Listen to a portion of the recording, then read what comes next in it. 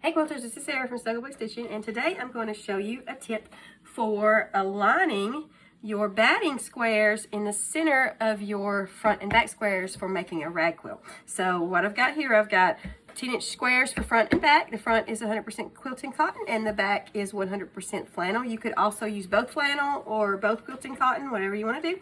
Here I've got a square of batting, and the batting square is cut to 8.5 inches. And I know that 8.5 inch batting compared to 10-inch front and back is a little smaller than usual, but this is designed for this specific quilt design I'm going to show you. You can see one of them right here. And it's also designed to combat a common problem I tend to run into with rag quilts. And that problem is that when you sew your pieces together, if you do catch the batting in your pieces and you have batting showing through between the fringe of your two layers of your rag quilt, if you don't catch the batting in your pieces, if you're just going to do a simple X quilting like is tradition for the rag quilt, then this batting will kind of wad up on you when you wash it. So we're cutting our batting a little bit smaller, and I'm going to show you a design that you can do with your walking foot to make it to where that smaller batting is not a factor for you. So now I'm going to go ahead and show you how to line that batting up. An easy way to do this, I've got my portable cutting mat, an old one, on top of my big one, because I'm going to use some adhesive batting, and that's just going to protect my good cutting mat. So here's what we're going to do. We're going to make a crease in the fabric to use that as a line to mark our lines. And this will help if you are using the traditional X design. This will help mark that X for you, and it's also going to help mark a line to line your batting up. So I like to do this with the front side of the sandwich, because that way I can see to make sure that that crease is not causing folds and puckers in my fabric. So we're going to turn it over face down, and we're going to fold it in half on the diagonal. Now we're going to make a hard crease in the fabric. Now it does not matter if you want to finger press this or if you want to use your iron. I'm just going to finger press it for the video. So we're just going to make a hard crease when we fold that. Okay, and then we're going to unfold it and fold it in half in the other direction and make another hard crease.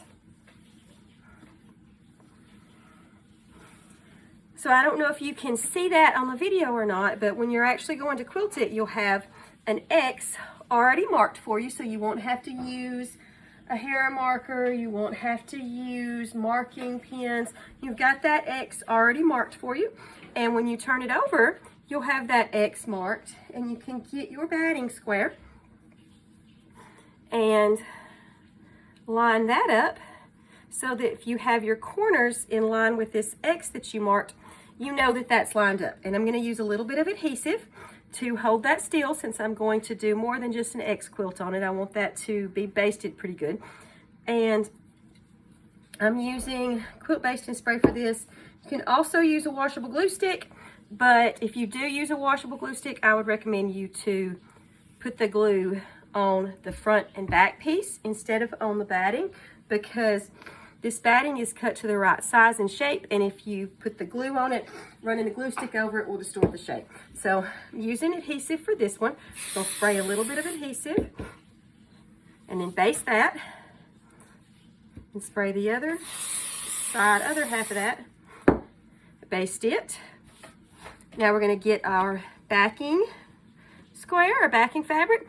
Now for this one, the front is not directional, so it doesn't really matter, but if you have two pieces that are directional, just be sure that you have them going in the same direction so that your prints on the back are all uniform. So we're just going to line this backing fabric up with that sandwich, the part of the sandwich we already have, and I'm going to peel that back about halfway like we did with the first one. Spray a little adhesive, baste that, and then spray the other side and baste that. So once we get all of our quilt sandwiches made, we'll quilt it And I do have, I'm going to show you this design here. This design is one that I usually use with my free motion quilting foot, but I'm going to show you how to do it with the walking foot. So stay tuned for the next video so that you can see how to do that. And if you want, you can subscribe to my channel so you'll know when the next video comes out. There's some links in the description for where you can get some fabric and maybe get a little discount on the fabric. And I've also got the fabric requirements in the description so that you can make this rag quilt with me. Thank you.